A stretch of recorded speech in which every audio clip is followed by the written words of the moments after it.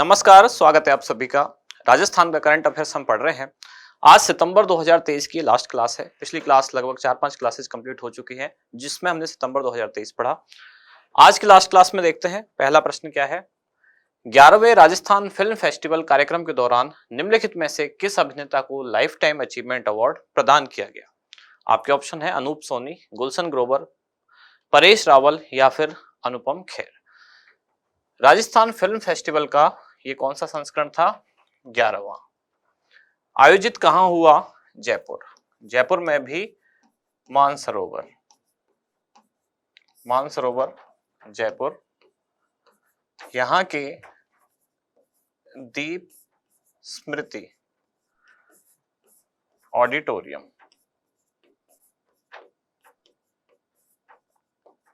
इसमें इसका आयोजन किया गया। आपसे पूछा है यहां इस कार्यक्रम में लाइफ टाइम अचीवमेंट अवार्ड किसे प्रदान किया गया? इसका उत्तर है गुलशन ग्रोवर, अभिनेता है, इनको ये लाइफ टाइम अचीवमेंट अवार्ड प्रदान किया गया। एयर शो सूर्य किरण का आयोजन कहां किया गया? जोधपुर, जैसलमेर, बीकानेर या फिर जयपुर। है क्या ये एयर शो? ये भारतीय वायुसेना का एक प्रदर्शन था। कहां हुआ ये? जयपुर। और जयपुर में भी कहां? जल महल, यह इसका आयोजन किया गया। राजस्थान ग्रीन हाइड्रोजन नीति 2023 से संबंधित निम्नलिखित में से कौन सा कथन सही नहीं है? राजस्थान ग्रीन हाइड्रोजन नीति इंपॉर्टेंट एक नीति है। राजस्थान ग्रीन हाइड्रोजन नीति का प्रारूप तैयार हो चुका है। अब इसमें जो चीजें रखी गई हैं आपसे पूछा गया है इनमें से कौन सा एक सही नहीं है? ऑप्शन ए, इस नीति के तहत पहले तो ग्रीन हाइड्रोजन क्या है ये हम पहले भी एक आध बार डिस्कस कर चुके हैं। ग्रीन हाइड्रोजन पानी से हाइड्रोजन बनाने की एक विधि है और इस विधि में पर्यावरण प्रदूषण नहीं होता है, इसलिए इसको कहा गया है ग्रीन हाइड्रोजन। यानी ईंधन का ऐसा स्रोत जिससे पर्यावरण प्रदूषण ना हो उसको हम ग्रीन कैटेगरी वाला फ्यूल कहते हैं। तो ग्रीन हाइड्रोजन पानी से बनाई जाएगी। पानी के अवयव क्या होते हैं, यानी जल के अवयव क्या होते हैं? हाइड्रोजन और ऑक्सीजन। इसको जल को वापस हाइड्रोजन में तोड़ा जाएगा, हाइड्रोजन और ऑक्सीजन में। तो ये ग्रीन हाइड्रोजन जिससे पर्यावरण प्रदूषण नहीं होगा, इसको ग्रीन हाइड्रोजन कहा गया। अब ग्रीन हाइड्रोजन नीति 2023 लाने वाली है राजस्थान में। प्रारूप उसका तैयार हो गया है। उस प्रारूप में ये सारे सेंटेंस हैं। अब आपसे पूछा गया इनमें से कौन सा एक है जो सही नहीं है? जैसे कि पहला है, इस नीति के तहत विद्युत संयंत्रों के लिए व्हीलिंग एवं ट्रांसमिशन शुल्क की 50% प्रतिपूर्ति या छूट दी जाएगी। कितनी? 50%। सारे इसमें जो फैक्चुअल पॉइंट्स हैं वो आपको ध्यान से देखने हैं। बिजली संयंत्रों के लिए बैंकिंग शुल्क भी 7 से 10 वर्षों तक प्रतिपूर्ति अथवा माफ किया जाएगा। परिशोधित या खारे पानी से ग्रीन हाइड्रोजन उत्पादन के लिए जो अनुसंधान केंद्र स्थापित होंगे उनके लिए 30% या अधिकतम 5 करोड़ रुपए अनुदान मिलेगा। राज्य के प्रसारण क्षेत्र पर स्थापित होने वाले 500 किलो टन पर एनम प्रति वर्ष क्षमता के अक्षय ऊर्जा प्लांट को 10 वर्षों तक प्रसारण एवं वितरण शुल्क में 50% छूट मिलेगी। कौन सा कथन इसमें से सही नहीं है? तो जो पहला सेंटेंस है इसमें क्या लिखा गया है कि विद्युत संयंत्रों के लिए व्हीलिंग एवं ट्रांसमिशन शुल्क की 50% प्रतिपूर्ति या छूट होगी। तो नीति के अनुसार ये 50% नहीं, ये है 100%। इसलिए पहला जो कथन है वो गलत है। बाकी सभी सही है। बिजली संयंत्रों के लिए बैंकिंग शुल्क भी 7 से 10 वर्षों तक प्रतिपूर्ति या माफ किया जाएगा।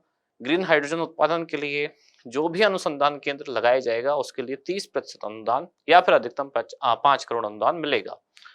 और यदि राज्य के प्रसारण क्षेत्र पर स्थापित होने वाला कोई अक्षय ऊर्जा प्लांट है तो उसको 10 वर्षों तक प्रसारण एवं वितरण शुल्क में 50% छूट मिलेगी यदि उसकी क्षमता 500 किलो टन पर एनम तक है। अगला प्रश्न है, अनिवार्य एफआईआर पंजीकरण की नीति लागू करने वाला राजस्थान देश का कौन सा राज्य है? तो ये राज्य पूरे देश का पहला है जहां एफआईआर पंजीकरण अनिवार्य रूप से लागू करने वाली नीति लाई गई है। हाल ही में राम लोभाया समिति का कार्यकाल 6 माह के लिए बढ़ाया गया। यह समिति किस उद्देश्य हेतु गठित की गई थी?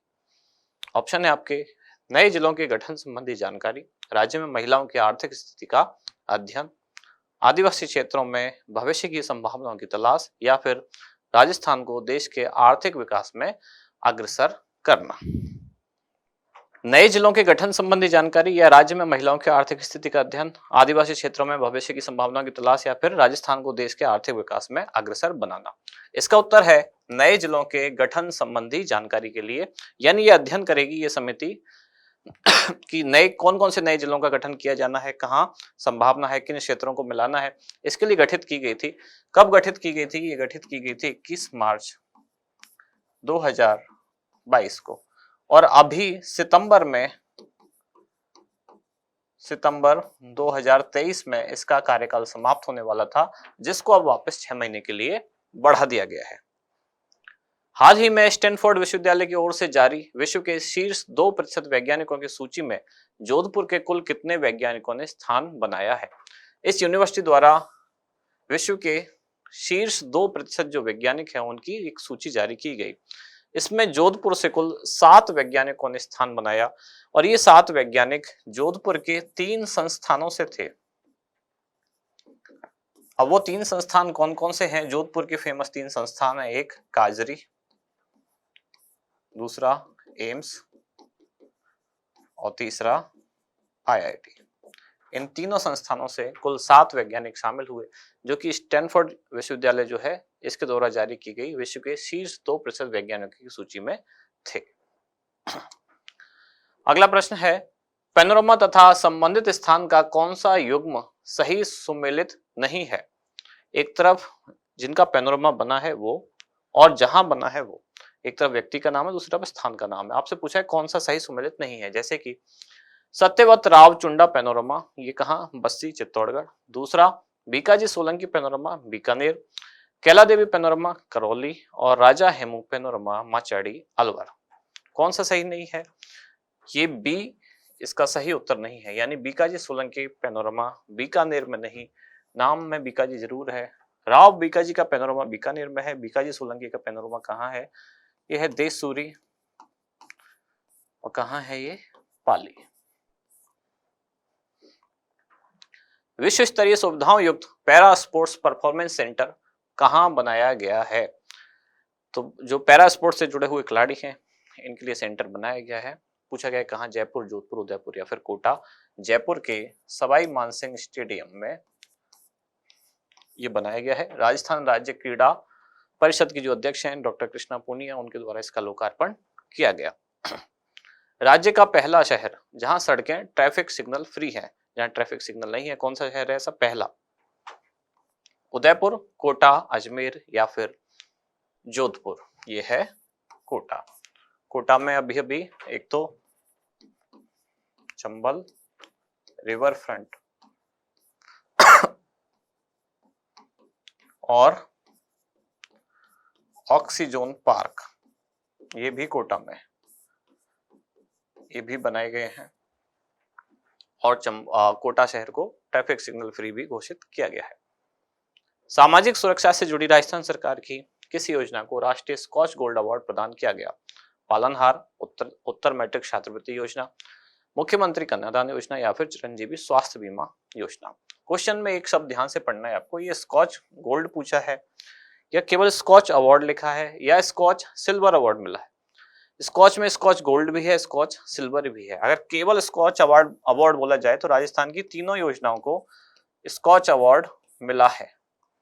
अब इसमें से इसका उत्तर है स्कॉच गोल्ड किसको मिला? पालनहार योजना को, और इन दोनों को मिला है राष्ट्रीय स्तर का स्कॉच सिल्वर। और राजस्थान की कुल 3 योजनाओं को स्कॉच अवार्ड मिला है। स्कॉच अवार्ड, अगर स्कॉच गोल्ड बोला जाए तो किसको मिला? पालनहार को। स्कॉच सिल्वर इन दोनों को, यानी उत्तर मैट्रिक छात्रवृत्ति और मुख्यमंत्री कन्यादान योजना। आज की क्लास के 10 क्वेश्चन यहाँ समाप्त होते हैं। कल की क्लास का पहला क्वेश्चन क्या था? एशियन गेम्स 2023 में स्वर्ण पदक जीतने वाले दिव्य कीर्ति सिंह का संबंध किस खेल से है? इनका संबंध था घुड़सवारी। पैरा वर्ल्ड शूटिंग चैंपियनशिप में 2 कांस्य तथा टीम स्पर्धा में स्वर्ण पदक जीतने वाले निहाल सिंह का संबंध किस जिले से है? इनका संबंध था अलवर से। एशियन गेम्स 2023 में लेखराम खिलेरी तथा बाबूलाल यादव ने निम्नलिखित में से किस प्रतियोगिता में संयुक्त रूप से कांस्य पदक जीता? नौकायन में। कॉक्सलेस पेयर रोइंग इवेंट पूरा नाम इसका, इसमें इन्होंने कांस्य जीता। लेखराम खिलरी बीकानेर से और बाबूलाल यादव नीम का थाना।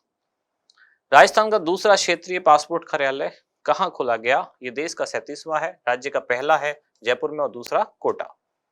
दिल्ली व चंडीगढ़ की तर्ज पर विकसित किया जा रहा waste to wonder theme park निम्नलिखित में से किस स्थान पर बनाया जाएगा? ये जोधपुर के आंगनवा गांव में बनाया जाएगा। सौर ऊर्जा पंप्स की स्थापना में राजस्थान का देश भर में कौन सा स्थान है? इसका राजस्थान का देश भर में पहला स्थान है। जापान में होने वाले 8वें टीचर एक्सचेंज प्रोग्राम के लिए राजस्थान से किस शिक्षक या शिक्षिका का चयन किया गया? तो स्वरूपाराम माली जो सिरोही से हैं, इनका चयन किया गया। ड्रिप, स्प्रिंकलर तथा मिनी स्प्रिंकलर संयंत्रों की स्थापना में राजस्थान देश भर में कौन से स्थान पर है? पहले स्थान पर। और राजीव गांधी ग्रामीण ओलंपिक में शामिल खेल जो केवल बालिका वर्ग के लिए था, कौन सा है? तो ये था रस्सा कशी। इसके साथ ही कल की और आज की क्लास भी और सितंबर 2023 का जो कंटेंट है वो भी यहाँ समाप्त होता है। आप में से कुछ लोग एक मैराथन क्लास के लिए भी कह रहे हैं, तो उसके बारे में भी हम थोड़ा सा विचार कर रहे हैं। हो सकता है कि पूरे एक साल का यानी कि 2023 का जितना भी कंटेंट है उसको ही एक साथ एक ही क्लास में लाने की कोशिश करें जल्दी ही। अगर ऐसा होता है तो वो भी आपको सूचित कर दिया जाएगा। तो यहाँ समाप्त होती है आज की क्लास। हम मिलते हैं अगली क्लास में जिसमें हम शुरू करेंगे अक्टूबर 2023। धन्यवाद।